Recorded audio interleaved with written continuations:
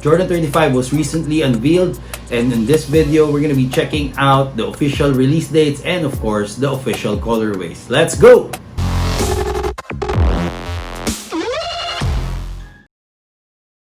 What's up LNS fam, Manuel here and welcome to another video of Lifestyles and Sneakers. On this video we're going to be checking out the official release dates of the official colorways of the Jordan 35. But before we continue with the video, let me just ask you a favor to click the like button down below, and if you haven't subscribed to our channel yet, please do us a favor by clicking the subscribe button down below.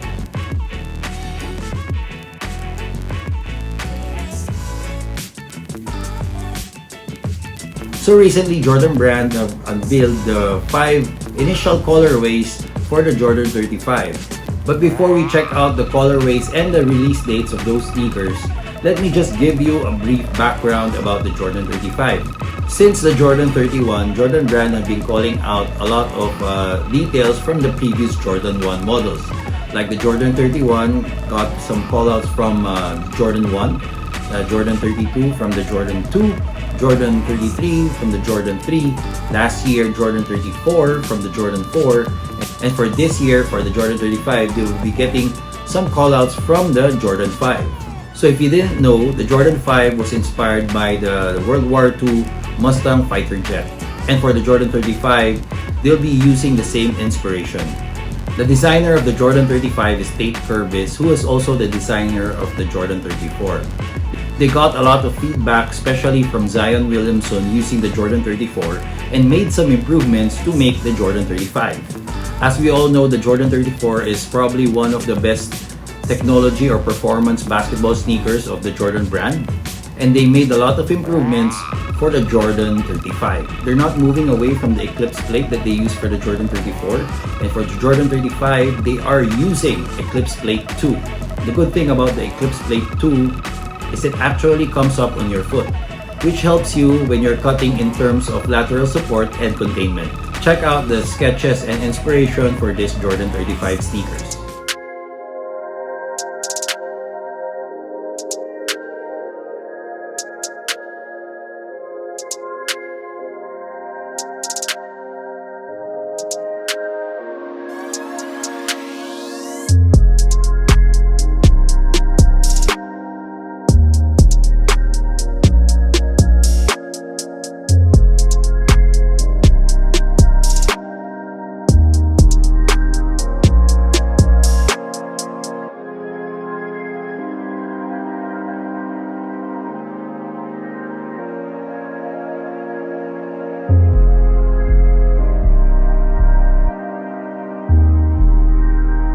So apart from the Eclipse Plate 2, they also made improvements on the zoom that they use for the sneakers. So for the Jordan 34, the zoom that they use here is a zoom turbo on the forefoot and a hexagonal zoom unit on the heel.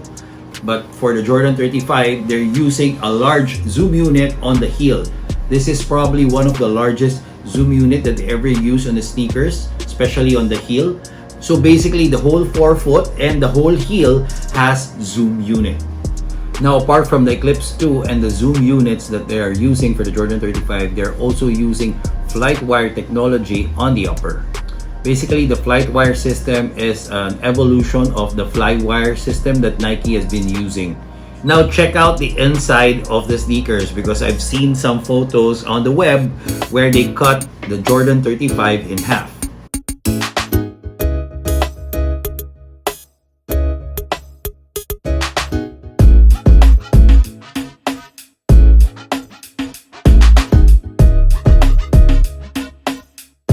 Now let's check out the sneakers and the players that are using the sneakers. So recently during the NBA playoffs, we've seen Jeff Green, PJ Tucker, Kemba Walker using the Jordan 35. And in the WNBA, Kia Nurse was also seen using the Jordan 35. However, we also saw a photo of Jason Tatum holding the Jordan 35 center of gravity.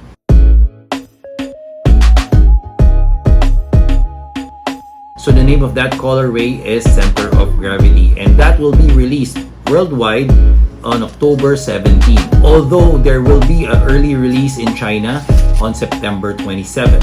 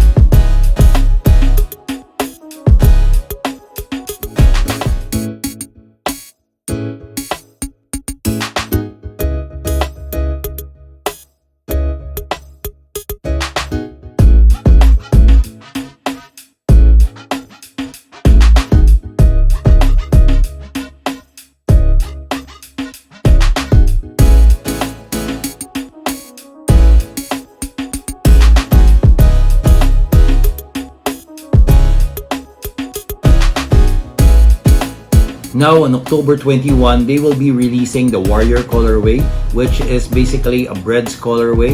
This Warrior colorway is actually a PE for Rui Hachimura of the Washington Wizards. It has a kanji style logo and details inspired by the family of Rui Hachimura. This one is kinda nice, however I haven't seen a lot of photos of this particular colorway as of this moment. Now moving on to November 11, they will be releasing the DNA colorway or the Fire Red colorway, which is almost the same colorway or the initial colorway that they released for the Jordan 34. Basically, this is a white, black, and red colorway.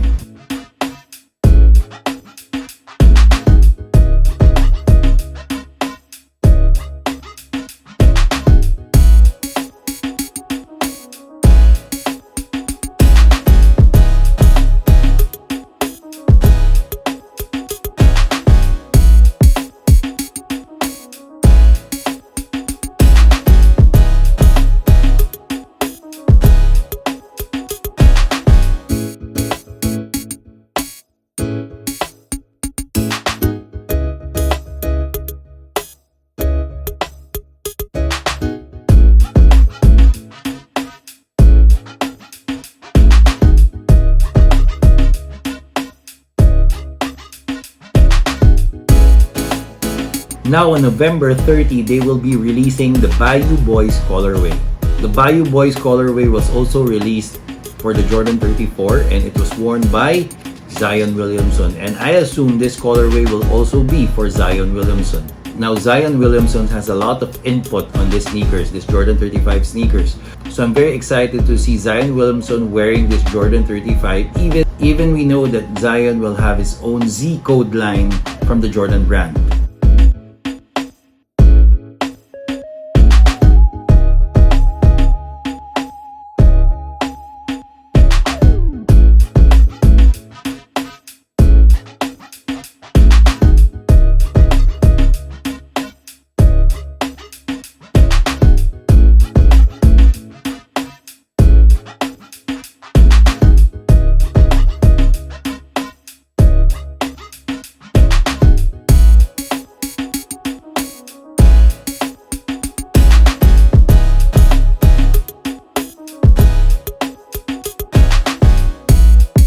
Lastly, we have the Morpho colorway, which will be releasing worldwide on January 29, 2021.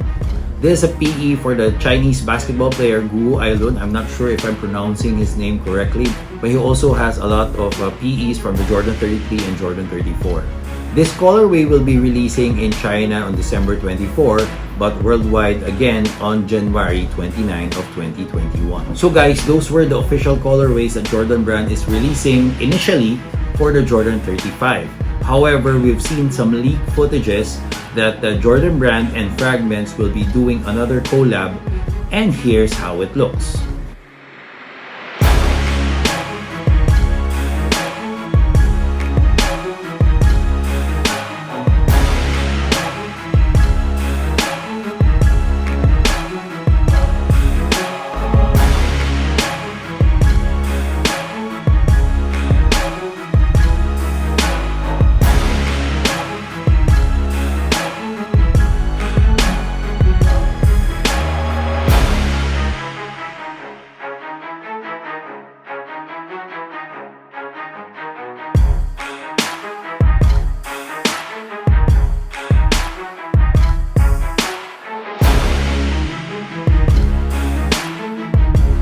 So guys, that's it. Those are the colorways and the release dates of the Jordan 35.